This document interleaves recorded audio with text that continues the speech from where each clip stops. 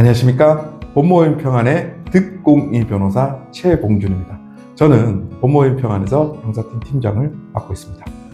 오늘은 형사사건에서 합의는 하고 싶은데 상대방에게 직접 연락하기는 어렵다는 분들을 위해서 검찰청에서 운영하는 형사조정제도에 대해 설명드리겠습니다.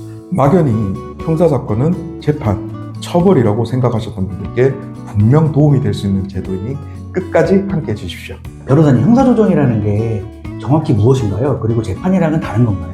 네, 형사조정은 간단히 말해서 검찰이 중간에서 조율해주는 제도입니다. 가해자와 피해자가 직접 연락하지 않고도 조정위원이라는 중립적인 사람이 양측 입장을 모두 듣고 원만한 합의를 도와주는 절차입니다. 피해자는 손해를 회복할 수 있고 가해자도 사과와 배상을 통해 형사처벌 수위를 낮춰볼 수 있는 기회가 될 수 있습니다. 그럼 형사조정은 누가 신청할 수 있나요? 형사조정은 피해자나 고소인이 직접 신청할 수도 있고 검사님이 수사 중에 필요하다고 판단해서 회부해 줄 수도 있습니다. 특히 가족 간 사건이나 처벌보다는 화해와 회복이 중요한 사건의 경우 검사실에서 조정 의사를 물어보고 형사조정으로 이어지는 경우가 많습니다. 그럼 이걸 하고 싶으면 언제까지 신청해야 하나요? 네, 이 부분이 중요한데요. 실무상 검사가 사건을 배당받은 날로부터 한 달 안에만 형사조정에 넘길 수 있습니다. 그러니까 사건이 검찰로 넘어간 걸 알게 되면 바로 검사실에 연락해서 형사조정 신청하고 싶어요 라고 말하는 게 제일 좋습니다.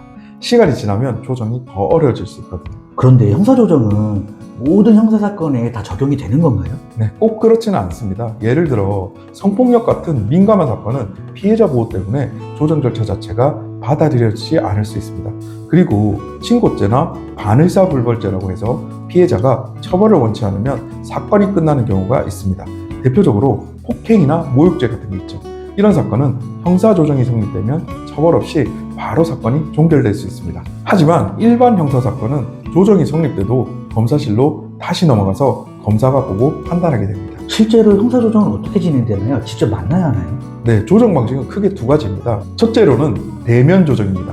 당사자나 대리인이 조정 날짜에 출석해서 조정위원 앞에서 각각 입장을 이야기하고 합의를 시도합니다. 두 번째로는 비대면 조정이 있습니다.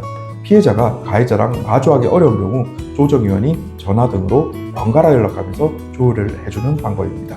요즘은 민감한 사건도 많고 거리 문제도 있다 보니 비대면 조정이 꽤 자주 활용되고 있습니다. 만약에 조정이 실패하면 그때는 그냥 끝인가요?